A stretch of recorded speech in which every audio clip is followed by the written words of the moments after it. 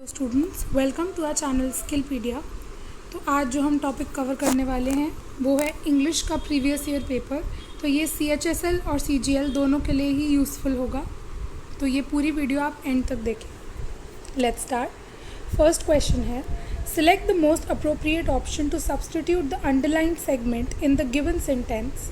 If there is no need to substitute it, select no improvement. तो इसके ये sentence improvement का question है। तो क्वेश्चन क्या है, there are too less space for Naveen to park his car in front of the shop. तो क्या आर टू लेस स्पेस सही है? अगर नहीं तो इन 4 ऑप्शन में से क्या होगा? Was so few space, no improvement, was too little space या वर टू लिटिल स्पेस। तो वीडियो पॉज करके कमेंट्स में लिखने की कोशिश करिए आंसर क्या है, या फिर खुद गैस करने की कोशिश करिए आंसर क्या है। तो आंसर है was too little space. So there was too little space for Naveen to park his car in front of the shop. Next question है, तो ये है jumbled sentences का। तो इसके अंदर हमें order wise लगाना है। First है, one of them said, let us use our combined knowledge to bring this animal to life. On the way, the 3 friends passed through a forest. Seeing the bones, the friends thought of testing their knowledge and skills. Under a tree in the forest, they saw the bones of an animal. तो इसका answer क्या होगा students? इसका order होगा BDCA, यानी कि on the way the 3 friends passed through a forest. Under a tree in the forest, they saw the bones of an animal. Seeing the bones, the friends thought of testing their knowledge and skills. One of them said, let us use our combined knowledge to bring this animal to life.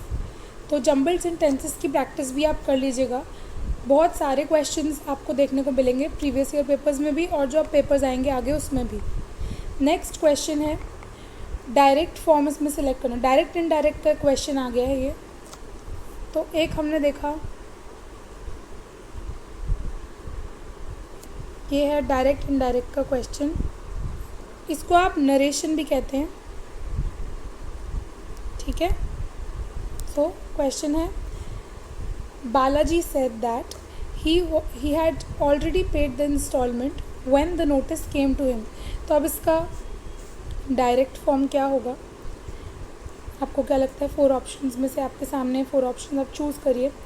Balaji said I already paid the installment when the notice had come to me, या फिर Balaji said he has already paid the installment when the notice came to him. Third, Balaji said, I had already paid the installment when the notice came to me. और fourth है, Balaji said, I have already paid the installment when the notice will come to me. तो क्या लगता है आपको, क्या answer होगा? इसका आंसर है थर्ड वाला, Balaji said, I had already paid the installment when the notice came to me. तो थर्ड ऑप्शन जो है यहाँ पे वो करेक्ट हो जाएगा। नेक्स्ट क्वेश्चन, यहाँ पे क्या है कि ऐसा सेगमेंट ढूंढना है सेंटेंस का जहाँ पे हमको ग्रामेटिकल एरर दिख रहा हो, ठीक है। तो ग्रामेटिकल एरर ढूंढने के लिए क्या करना है, पहले सेंटेंस को आप 2 टाइम्स पढ़िए और आपको खुद ही पता चल जाएगा। Did you tell to your mother that you saw her friend at the theatre. तो did you tell to your mother that you saw her friend at the theatre. तो क्या आंसर होगा इसका? Did you tell to. तो यहाँ पर did you tell your mother होना चाहिए, जबकि यहाँ पर दिया हुआ did you tell to your mother, so it's wrong. Next question, यहाँ पे क्या है, यहाँ पे फिलिप्स है। तो इसके अंदर हमें क्या करना है, चलिए यहाँ से स्टार्ट करते हैं। तो आपको क्या ट्रिक करनी होती है, जहाँ से फुल स्टॉप लगा होता है उसके बाद से रीड करना शुरू करिएगा। So this often dash pressure on a certain area with hopes. तो फर्स्ट का आंसर क्या होगा students? Puts. This often puts pressure on a certain area with hopes. Next second वाला, सेकंड है the tourist rush dash tourist rushing a spot, ठीक है। तो हमें अपने सेकंड क्वेश्चन से स्टार्ट करना था। सेकंड क्वेश्चन है dash tourist rushing to a spot. तो आप कमेंट सेक्शन में गेस करिए कि क्या हो सकता है इसका आंसर। चारों ऑप्शन आपके सामने हैं, चूज़ करिए। इसका ऑप्शन है ऑफ। इसका सही करेक्ट ऑप्शन हो जाएगा। ऑफ टूरिस्ट तो with hordes of tourists rushing to a spot. Next, in dash case of tigers, it is quite possible. तो in that case, a case, the case या this case. तो in the case of tigers, it is quite possible. Fourth वाला, dash the animal is stressed by. तो what the animal, that the animal, how the animal या why the animal. तो इसका answer होगा that the animal is stressed by the, क्या होगा fifth में, the dash cause by a bunch of excited tourist. तो disturbance cause by a bunch of excited tourist. तो ये क्लोज टेस्ट था. क्लोज टेस्ट के लिए भी आप एक बार से चैप्टर पढ़ लीजिएगा. और हम प्लान कर रहे हैं कि थोड़े टाइम में अभी बस जो नीतू मैम की बुक है उसके हम चैप्टर्स लेकर आएँ ताकि आप सबको ईजी हो जाए.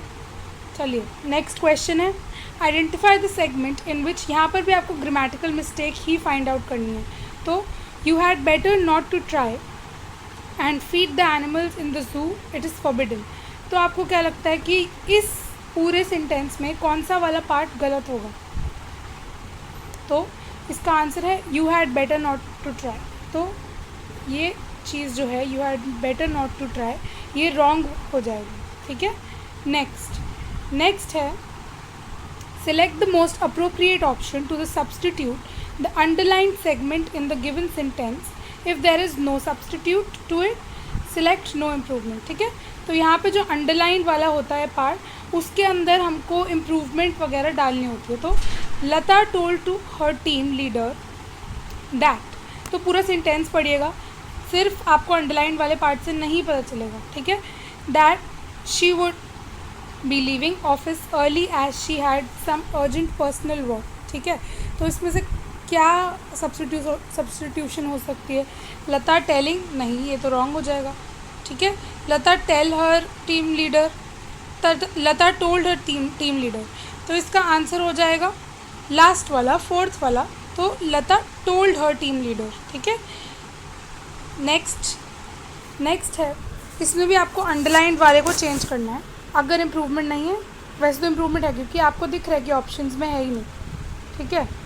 तो Sandeep received a new lease of life after moving to Pune.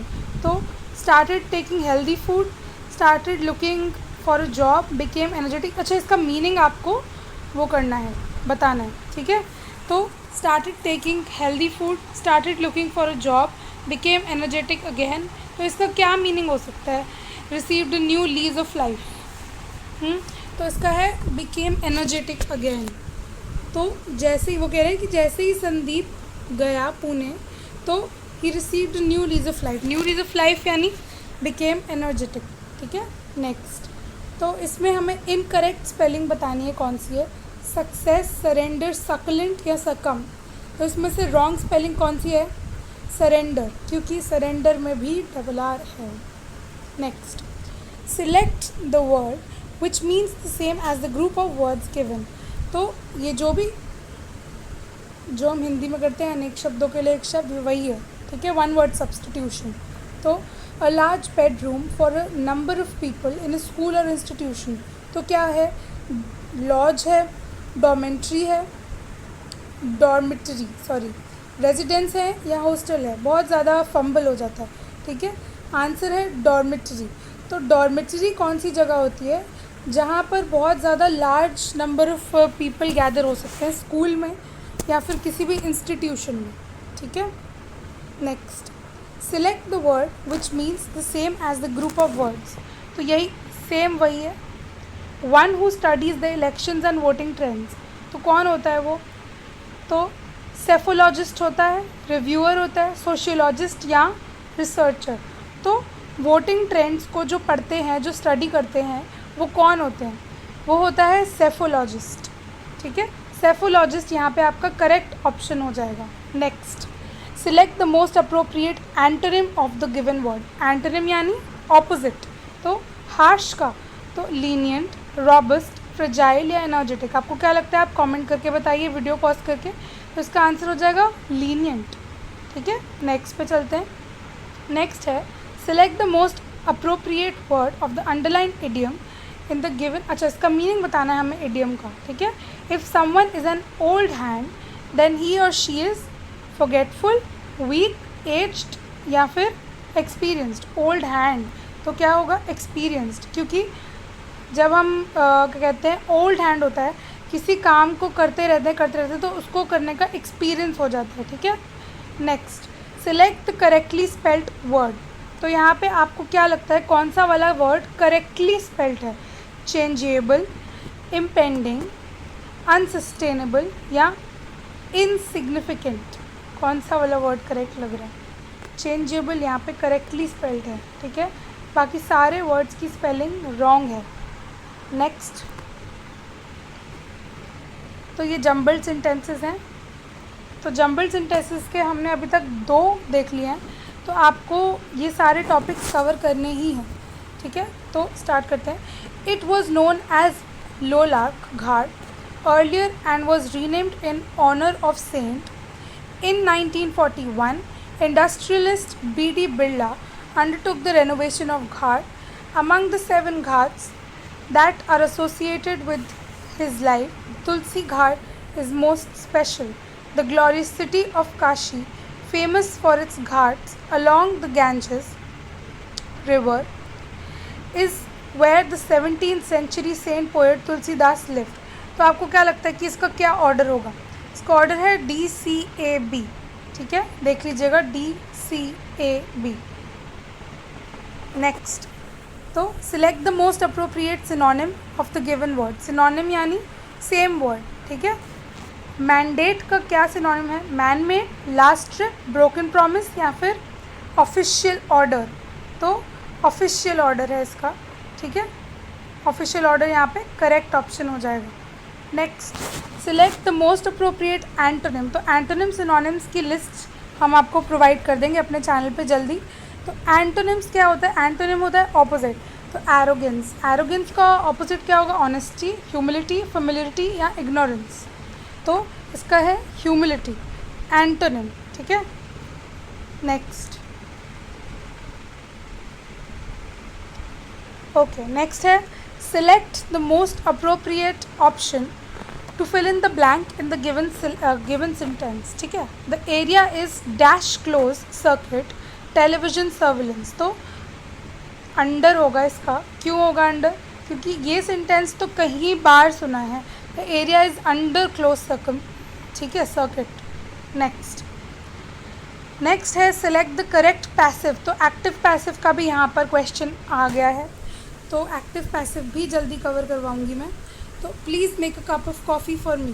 तो please make a cup of coffee for me, इसका पैसिव फॉर्म क्या होगा, I request you to make a cup of coffee for me, let a cup of coffee be made for me, can you please make a cup of coffee for me, या फिर a cup of coffee can be made for me by you. क्या होगा इसका आपके according, इसका answer है let a cup of coffee be made for me, ठीक है। Next, select the most appropriate option to fill in the blank in the given sentence. तो students who are capable of understanding and managing their emotional intelligence do better at school in dash to their peers who lack the ability. तो resemblance, comparison, difference या similarity, आपको क्या लगता है कौन सा वाला वर्ड यहाँ पे suitable होगा। तो यहाँ पे आएगा comparison, ठीक है, comparison जो है यहाँ पर वो करेक्ट ऑप्शन हो जाएगा। नेक्स्ट पे चलते हैं। नेक्स्ट है select the most appropriate synonym. Again synonym, तो एंटोनिम सिनोनिम्स के हमको यहाँ पे काफ़ी सारे क्वेश्चन देखने को मिल गए हैं।